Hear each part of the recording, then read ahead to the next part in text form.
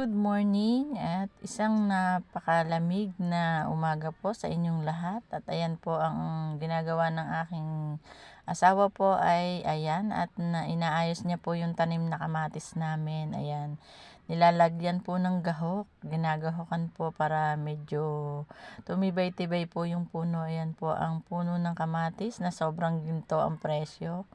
Kaya yung pong aking mga binibiling kamatis sa palengke ay yung pong pinakabuto ay inihahagis ko dyan sa aming likod, dyan po sa aming taniman. At ayan po, may tanim din po kaming sili para po hindi na rin po kami bibili. Ayan, at ang ilang puno din po yung kamatis na kanyang ginagahukan at napakaganda naman po dahil yan hinagis laang naman po dyan at talaga namang ayan at napakaganda ng pinakapuno. Ayan, at sana po ay magtuloy-tuloy at bumunga talaga siya ng maayos. Ayan, at nang hindi na po kami bumili ng napakamahal. Ayan po, at nagluto na rin po ako habang siya ay naglilinis sa kanyang tanim. Nagluto na po ako ng itlog dyan at pinirito ko naman po muna at ayan po at binaliktad ko na rin.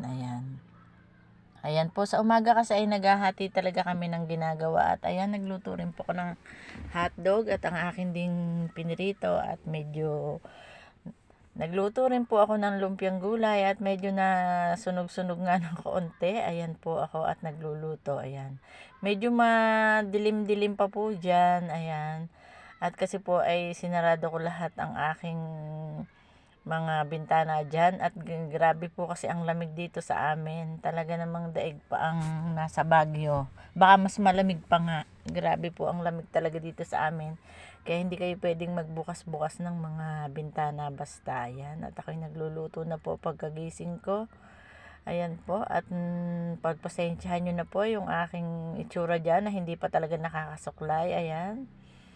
Ako po ay inuna ko muna talaga ang ako ay makapagluto. Pero kami po naman ay dalawa lang nakakain dyan muna at hindi ko pa ipinagluto yung mga anak ko. Ayan, ng marami at kasi po ay mga tulugan pa sila at ayan.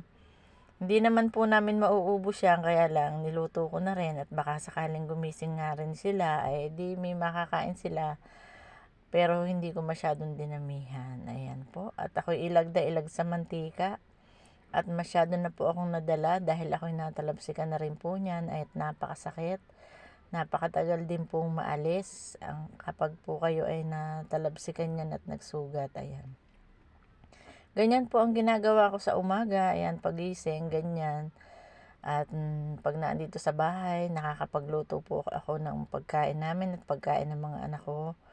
Ayan po, at kung kami naman po ay aalis, bago po kami umalis ay nagluluto na rin po ako para pagising nila at sila ay may kakainin. Ayan, at kitang-kita nyo naman kung gaano ang takot ko talaga sa talabsik ng mantika. Talagang ako'y palayo-layo dyan kasi nga napakasakit pagka natalabsikan. Ayan po, at kami ay kumakain na ng aming niluto at ang aking pong kasama hindi ko na ipinakita at dahil nga po ang sabi niya ay kagigising nga lang ng umaga at hindi pa nga siya nakakaayos man lang at parehas lang po kami. Kaya po, ayan, pinapakita ko po sa inyo na kumakain ako ng aming mga niluto. Ayan. Pag umaga po kasi ay inaano ko na makakain kami ng kanin para po medyo kung may gagawin naman po ay di medyo malakas-lakas naman po ang katawan at sa gabi lang po ako hindi masyado kumakain ng kanin. Ayan, at minsan po hindi kumakain. Ayan po, pagka kumain, siyempre sabay natin ng kape at sobrang lamig po. Ayan, dito po kami sa aming pinakapahingahan, sa aming kubo dito sa aming likod. Ayan. Ayan po, at ako'y umiinom na ng tubig. Napakasarap po kasing tumambay dito sa aming pinakakubo. Ayan. At medyo, ayan, may tabo na nga pong net kasi nga ay sobrang lamig na talaga. Kaya talagang kailangan na pagka mainit ang panahon, ayan, tinatanggal namin yung pinaka-net dyan. Pero pagka ganitong malamig, ayan. Pero dito kami talaga kumakain kasi nga mas masarap dito sa labas kumain. Ayan po. Kaya, ayan, panoorin niyo po lahat ang aking mga ina-upload na video at makikita niyo po na talaga namang kami ni dadalawa lang kumakain dyan sa aming likod, dyan sa kubo, ayan. At habang nakikinig ng balita, ayan, sa nangyayari ngayon, ayan, at kaming dalawa ay naguhuntahan din dyan. Ayan, at hindi ko na nga rin po pinarinig sa inyo. Ayan po. At nako ay talagang nagkakape dahil sobrang lamig. Tingnan nyo naman at umuusok-usok pa ang aking kape dyan. Ayan. Napakasarap kasi sa umaga yung pagising mo. Napakainit talaga yung iinumin mo na kape. Kaya sana po ay talagang medyo mawala-wala na yung ginaw dito sa amin. Ang sabi nga po dito ay mawawala yan hanggang mga February pa. Kaya talagang dito, pag gising mo ng umaga, huwag kang magbabasa agad ng tubig at talagang manginginig ka sa ginaw. At ayan, at pagkatapos namin kumain, ako po ay nagliligpit na. At kami naman po kasi ay dalawa lang kumain. Kaya inuugasan ko na dahil ayoko ng tambak-tambak ang aking lababo, ang aming pinagkainan. Ayan.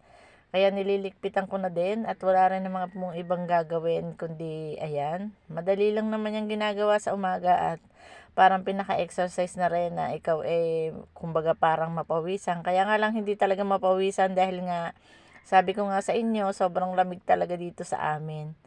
Kaya ayan.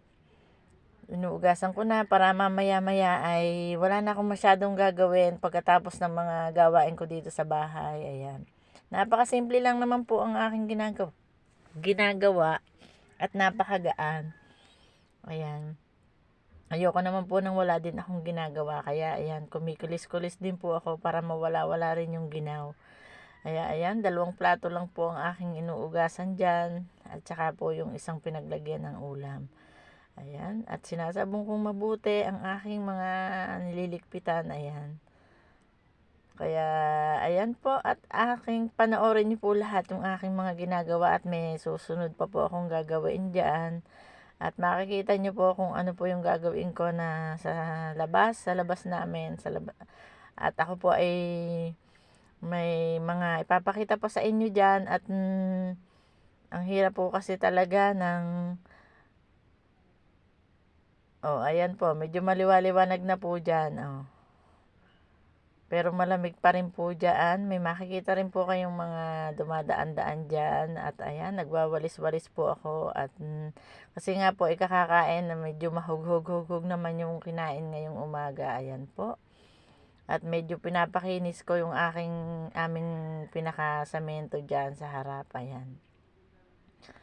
At mamaya ay pupuntahan ko naman po yung aking alaga dyan. Makikita nyo po yung aking alaga dyan na napaka-cute.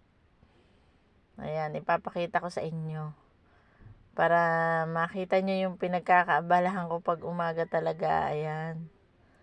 Tingnan nyo at ang aking pupuntahan na yan. Yung aking alaga. Talagang, yan ang aliwan ko yung aking alaga. Ayan, sisilipin ko. Papakita ko sa inyo kung anong ginagawa ng dalawang yan at nilagyan na rin po yan ng pakain, yung kanilang pagkain nilagyan na rin po yan kasi nga ay yan ang dalawang alaga namin ay talaga namang matutuwa kayo dyan. Ayan tingnan nyo talagang basta nakita niya kami paikot-ikot yan ganyan parang nakakamalay talaga siya na merong tao sa tabi. Ayan at nilagyan na rin po ng kangkong. Pero pinapakain din po yan ang binili nilang para pagkain nila talaga. Pero nilalagyan din po sila ng mga ganyan dahon-dahon na ganyan. Minsan balat ng gulay. At ayan po yung aming upo. Ayan, ipapakita ko sa inyo. Napakaganda na po nung binalag na po siya. Ayan, magbubunga na rin po siya. Ayan, makikita nyo. Napakaganda po talaga ng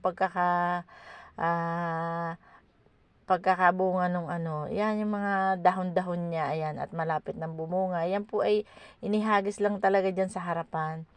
Ayan, at kusa na talaga siyang sumibol. At ayan din ang aking atsuete. Hindi na rin po ako bibili ng atsuete, pampakulay sa mga niluluto ko. At ayan, meron din po ako sa tabing bahay. Thank you for watching.